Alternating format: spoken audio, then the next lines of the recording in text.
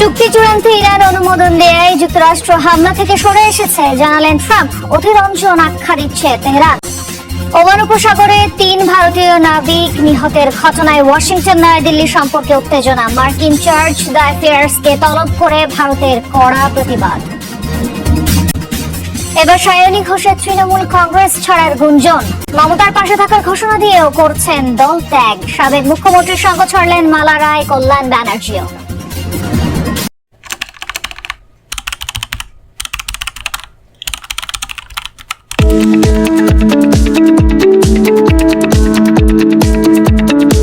Subscribe now. যুক্তরাষ্ট্রের সাথে চুক্তির চূড়ান্ত বিষয়গুলোকে অনুমোদন দিয়েছে ইরানের শীর্ষ নেতৃত্ব। তাই পূর্ব নির্ধারিত হামলার সিদ্ধান্ত থেকে সরে এসেছে ওয়াশিংটন। মার্কিন প্রেসিডেন্ট ডোনাল্ড ট্রাম্প এমন দাবি করলেও ভিন্ন কথা বলছে ইরান। ট্রাম্পের বিরুদ্ধে অতিরঞ্জনের অভিযোগ তুলে তেহরানের দাবি, এখনো ওয়াশিংটনের সাথে চুক্তির কিছুই চূড়ান্ত হয়নি। এমন পরিস্থিতিতে আবার উদ্বেগ দেখা দিয়েছে বহুল আকাঙ্ক্ষিত যুক্তরাষ্ট্র ইরান চুক্তি নিয়ে।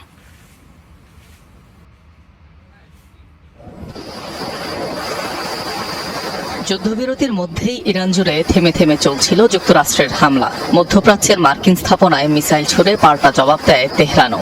ওয়াশিংটনের সাথে চুক্তির টেবিলে না বসলে হামলার পরিধি বাড়বে, সেই হুঁশিয়ারিও ছিল ট্রাম্পের। কিন্তু বৃহস্পতিবার রাতে ইরানে পূর্ব নির্ধারিত হামলার সিদ্ধান্ত থেকে সরে আসে যুক্তরাষ্ট্র। ট্রুথ সোশ্যালে প্রেসিডেন্ট ট্রাম্পের দাবি, চুক্তির চূড়ান্ত বিষয়গুলোকে অনুমোদন দিয়েছে ইরানের সর্বোচ্চ নেতৃত্ব। ইসরায়েল ছাড়াও সৌদি আরব, সংযুক্ত আরব আমিরাত, কাতার, পাকিস্তান সহ কয়েকটি দেশও তাতে দিয়েছে সায়। চলতি সপ্তাহে ইউরোপের একটি দেশে স্বাক্ষরিত হতে পারে চুক্তিটি। ট্রাম্প উপস্থিত না থাকলেও যোগ দেবেন ভাইস প্রেসিডেন্ট জেডি ভ্যান্স। চুক্তি সইয়ের পরই উন্মুক্ত করা হবে হরমুজ প্রণালী। এর আগ পর্যন্ত জারি থাকবে যুক্তরাষ্ট্রের নৌ অবরোধ। এটি অত্যন্ত শক্তিশালী একটি সমঝোতা স্মারক। এটি সম্পন্ন হবেই। তারাও আমার মতোই বা তার চেয়েও বেশি এটি স্বাক্ষর করতে চায়। আরো অনেক দেশও সম্মতি দিয়েছে এবং সবাই চায় এটি সম্পন্ন হোক। ইরানের কাছে কোনো পারমাণবিক অস্ত্র থাকবে না, তারা তাতে রাজি হয়েছে। অবশ্য যুক্তরাষ্ট্রের সাথে চুক্তির কিছুই চূড়ান্ত হয়নি, এমনটা বলছে ইরান। মার্কিন প্রেসিডেন্টের দাবিকে অতিরঞ্জিত আখ্যা দিয়েছে দেশটির পররাষ্ট্র মন্ত্রণালয়।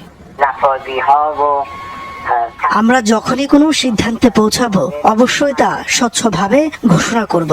এই মুহূর্তে আমি যখন আপনাদের সাথে কথা বলছি তখনও আমরা এ বিষয়ে যুক্তরাষ্ট্রের সাথে কোনো চূড়ান্ত সিদ্ধান্তে পৌঁছাইনি।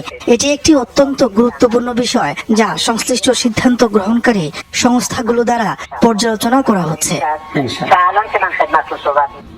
দুপক্ষের কথাবার্তার এমন অমিলে আবারও ধোঁয়াশা তৈরি হয়েছে যুক্তরাষ্ট্র ইরান সম্ভাব্য চুক্তি নিয়ে। ইরানের সাথে সম্ভাব্য পারমাণবিক চুক্তির শর্ত নিয়ে আলোচনা করেছেন মার্কিন প্রেসিডেন্ট ডোনাল্ড ট্রাম্প ও ইসরায়েলের প্রধানমন্ত্রী বেনিয়ামিন নেতানিয়াহু।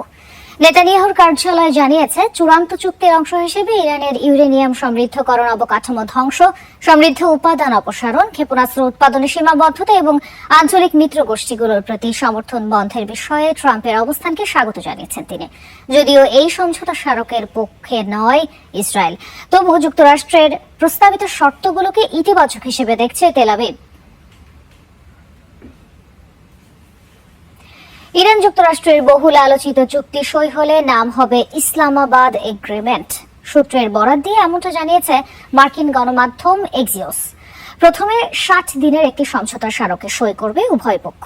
এরপর শুরু হবে চূড়ান্ত চুক্তির পর্যালোচনা। মতপার্থক্য দূরীকরণে পাকিস্তানের পাশাপাশি তৎপর ছিল কাতারও। এদিকে আল আরাবিয়া জানিয়েছে, যুদ্ধবিরতি কার্যকরের পর আঞ্চলিক নিরাপত্তা এবং সংঘাতের স্থায়ী সমাধানের বিষয়ে জোরালো আলোচনা চলবে। আলোচনায় অচলাবস্থা আর নতুন করে হামলা পাল্টা হামলায় মধ্যপ্রাচ্য যখন আবারও অস্থিতিশীল, সে সময় বইল শান্তির সুবাতাস। সবশেষ সমঝোতা স্মারকের খসড়ায় একমত হয়েছে ইরান, দাবি খোদ মার্কিন প্রেসিডেন্টের। কি আছে এই সমঝোতা স্মারকে? মার্কিন গণমাধ্যম এক্সিওসের এক প্রতিবেদনে বলা হয়, আগের মতোই এবারও চূড়ান্ত চুক্তির আগে কার্যকর হবে 60 দিনের যুদ্ধবিরতি। অবিলম্বে খুলবে হরমুজ প্রণালী, থাকবে না টোল, বিনিময়ে তুলে নেওয়া হবে নৌ অবরোধ। চুক্তি কার্যকরে ইরানের আন্তরিকতার উপর নিষেধাজ্ঞা শিথিলের প্রক্রিয়া নির্ভর করবে। যুক্তরাষ্ট্রের সবচেয়ে বেশি আপত্তি ইরানের যে পারমাণবিক কার্যক্রম ইস্যুতে তা নিয়ে চূড়ান্ত সিদ্ধান্ত হবে দ্বিতীয় ধাপের চুক্তিতে। মার্কিন সূত্রের দাবি, ইরানের উচ্চ সমৃদ্ধ ইউরেনিয়ামের মান কমানোর বিষয়ে খসড়ায় তুলে ধরা হয়েছে বিস্তারিত পরিকল্পনা, যা পর্যবেক্ষণ করবে জাতিসংঘ। তাতে সম্মতি দিয়েছেন ট্রাম্পও। এক্সিওসের প্রতিবেদনে বলা হয়, পাকিস্তানের পাশাপাশি মধ্যস্থতায় সক্রিয় ছিল কাতারও।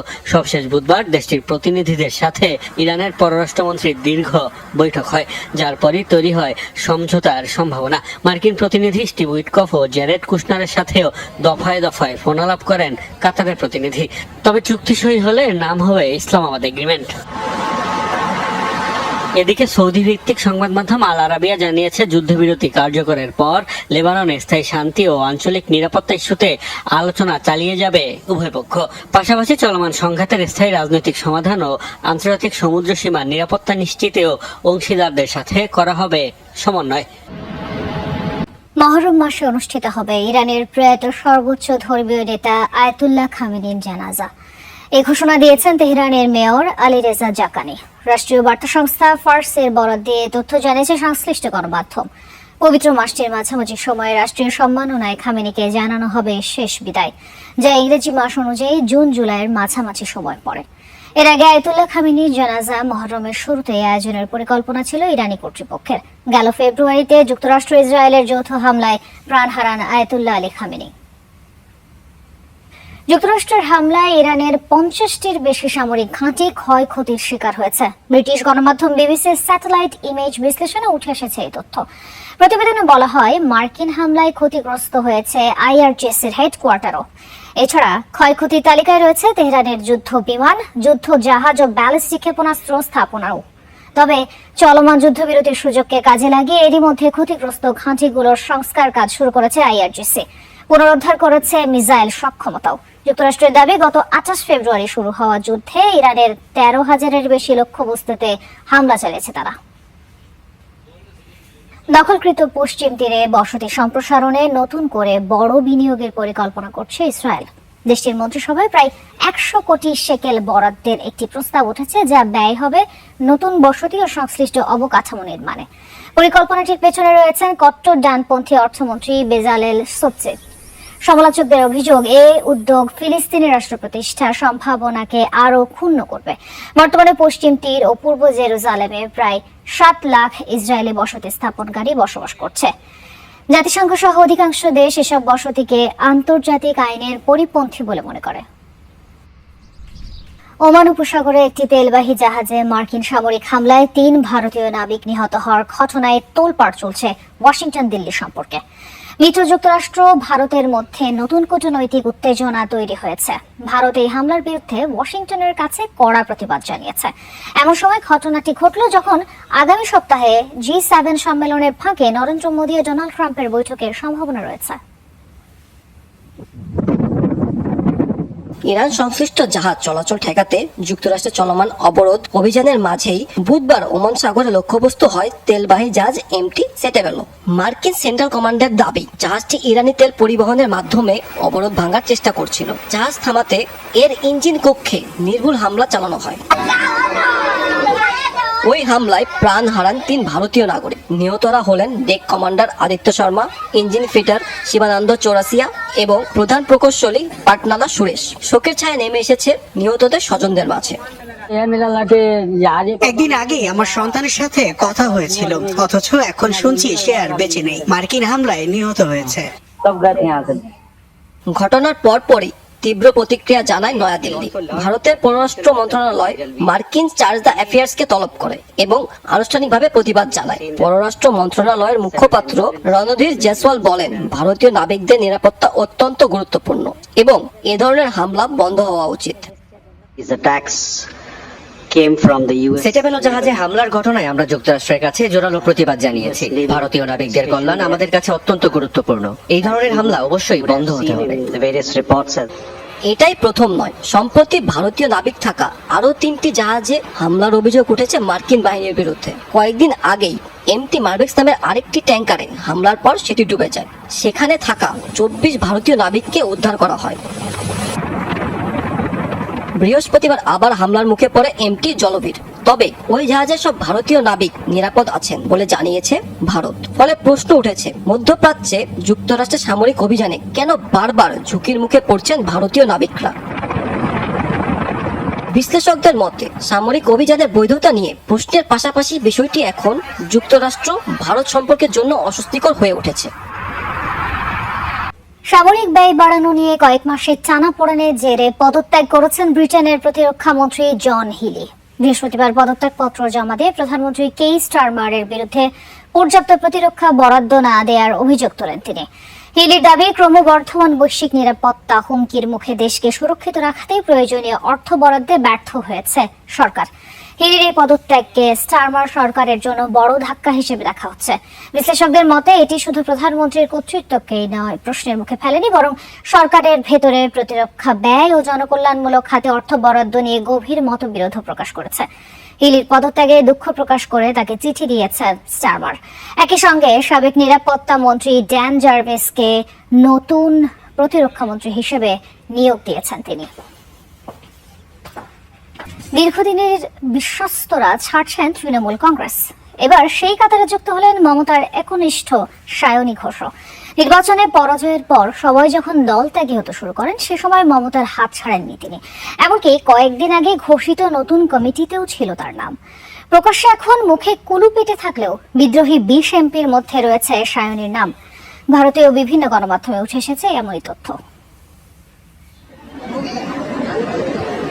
বিধানসভা নির্বাচনের পর তাসের ঘরের মতো ভেঙে পড়ছে তৃণমূল কংগ্রেস। একের পর এক নেতা কর্মীর দল ত্যাগের মধ্যে জোরালো গুঞ্জন মমতার একান্ত ঘনিষ্ঠ সায়নী ঘোষকে ঘিরেও। এনডিটিভি জানিয়েছে, বিধানসভা নির্বাচনে তৃণমূলের ভরাডুবের পর যে 20 নেতা পৃথক গোষ্ঠী গঠনের উদ্যোগ নিয়েছে তাদের একজন টলিউডের এই সাবেক অভিনেত্রী। দলটি ক্ষমতাসীন এনডিএ এর সাথে যুক্ত হওয়ার ইচ্ছা পোষণ করেছিল। हमारे पास एक ही हवाई चप्पल और सफेद साड़ी वाली ममता है। সায়নীর দলত্যাগের রটনা তৃণমূলের জন্য তাৎপর্যপূর্ণ, কারণ মমতার তুরুপের টাস হিসেবে তিনি লোকসভায় কুড়ান খ্যাতি। এমনকি বাংলার মুখ্যমন্ত্রীকে ভারতের প্রধানমন্ত্রীর আসনেও দেখতে চেয়েছিলেন তিনি। সম্প্রতি দলীয় কমিটিতে তাকে যুব কংগ্রেসের সভানেত্রীর দায়িত্ব দেওয়া হয়। बंगला का जो मामाटी मानुष है वो ममता दीदी के साथ। রাজনৈতিক বিশ্লেষকদের মতে সায়নী বরাবরই বিজেপি ও এনডিএ এর কট্টর সমালোচক। নারী সংরক্ষণ বিল সহ বিভিন্ন ইস্যুতে তিনি কেন্দ্রীয় সরকারের নীতির ঘোর বিরোধী। নির্বাচন কমিশনের ভূমিকা নিয়েও একাধিকবার তুলেছেন প্রশ্ন। ভোটের প্রচারণায় আগুন ঝরা বক্তৃতার কারণে সামাজিক যোগাযোগ মাধ্যমেও ছিলেন ব্যাপক ভাইরাল। অবশ্য বিতর্ক সবসময় ছিল তার সারথি। 19 জন দলত্যাগী হয় আক্ষরিক অর্থে কোণঠাসা তৃণমূল। মহিলা তৃণমূলের সভানেত্রী মালা রায়ও দিচ্ছেন এনডিএ কে সমর্থন। দল ছেড়েছেন জ্যেষ্ঠ নেতা কল্যাণ ব্যানার্জিও। बहुत सीनियर जो लीडर है মমতার ঘনিষ্ঠ সিনিয়র নেতাদের কথা এখন শুনতে চায় না জনতা। রাজ্যবাসীর কথা ভেবেই উন্নয়নের চালিকা শক্তি হিসেবে পরিচিত দলগুলোর সাথে যুক্ত হতে চায়। সে কারণেই এনডিএর সাথে জোট বাঁধবো আমরা। वो लीडर को बाधो। বিশ্লেষকদের অভিমত, তৃণমূলে চলমান বিদ্রোহ, একাধিক সংসদ সদস্যের পদত্যাগ আর দলীয় বিভক্তির ঘটনায় নতুন সমীকরণ তৈরি হচ্ছে পশ্চিমবঙ্গের রাজনীতিতে। সই জালিয়াতির মামলায় সিআইডির প্রায় 5.5 ঘন্টার জেরার সম্মুখীন হলেন তৃণমূল কংগ্রেস নেতা অভিষেক ব্যানার্জি। বৃহস্পতিবার বিকেলে দিল্লি থেকে ফিরে পশ্চিমবঙ্গের সিআইডি দফতর ভবানী ভবনে হাজিরা দেন তিনি। কলকাতা হাইকোর্ট অভিষেক ব্যানার্জিকে তলবের নির্দেশ দিয়েছিল, তবে জেরার বিষয়ে বিস্তারিত কিছুই সাংবাদিকদের জানাননি এই তৃণমূল নেতা। জেরা শেষে মমতা ব্যানার্জির বাড়িতে যান তিনি। সেখান থেকে নিজ বাসভবনে ফেরেন অভিষেক। রোববার আবারও তাকে হাজির হওয়ার নির্দেশ দিয়েছে পশ্চিমবঙ্গ সিআইডি। এদিকে ত্রিপুরার একটি রাজনৈতিক মামলায় নতুন করে অভিষেক ব্যানার্জির বিরুদ্ধে সমন জারি হয়েছে।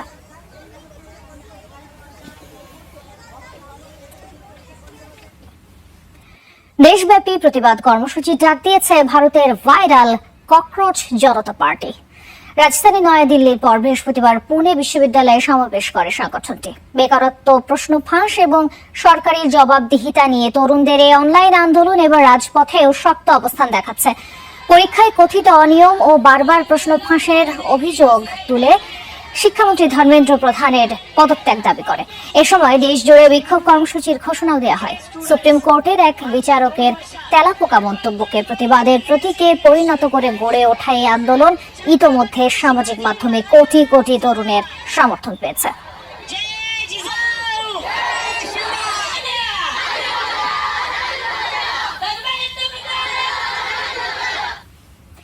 পাকিস্তানের সামরিক হেলিকপ্টার বিধ্বস্ত হয়ে নিহত 22 জনের জানাজা অনুষ্ঠিত হয়েছে।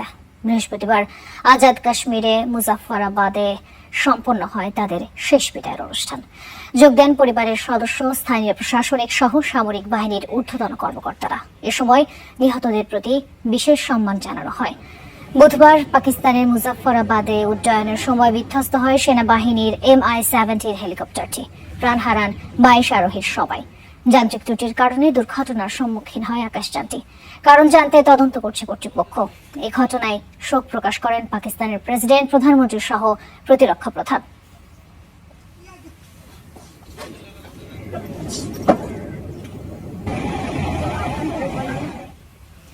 নতুন করে 30 বছরের কারাদণ্ডের সাজা হয়েছে দক্ষিণ কোরিয়ার সাবেক প্রেসিডেন্ট ইউন সুক ইয়োলের। শুক্রবার এই রায় ঘোষণা করেন দক্ষিণ কোরিয়ার একটি আদালত। উত্তর কোরিয়ার ড্রোন পাঠানোর দায়ে দেয়া হয়েছে সাজা। রাষ্ট্রপক্ষের অভিযোগ, ব্যর্থ সামরিক আইন জারির অজুহাত হিসেবে পিয়ংইয়ংকে উস্কানি দেওয়ার লক্ষ্যে 2024 সালে দেশটিতে ড্রোন পাঠায় ইয়োলের নেতৃত্বাধীন সরকার। সামরিক আইন জারির চেষ্টার জেরে বিদ্রোহের অপরাধে বর্তমানে যাবজ্জীবন সাজা ভোগ করছেন তিনি। এর আগে গত ডিসেম্বরে অভিশংসিত হন তৎকালীন প্রেসিডেন্ট।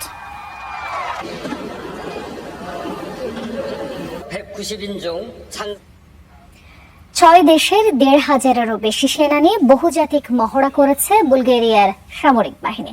স্ট্রাইক ব্যাক 26 নামের এই মহড়ায় অংশ নেয় যুক্তরাষ্ট্র, ইতালি, তুরস্ক ও রোমানিয়ার 4 শতাধিক যুদ্ধযান, যার মধ্যে রয়েছে ন্যাটো বাহিনীর অত্যাধুনিক ট্যাঙ্ক ও সাঁজোয়া যান।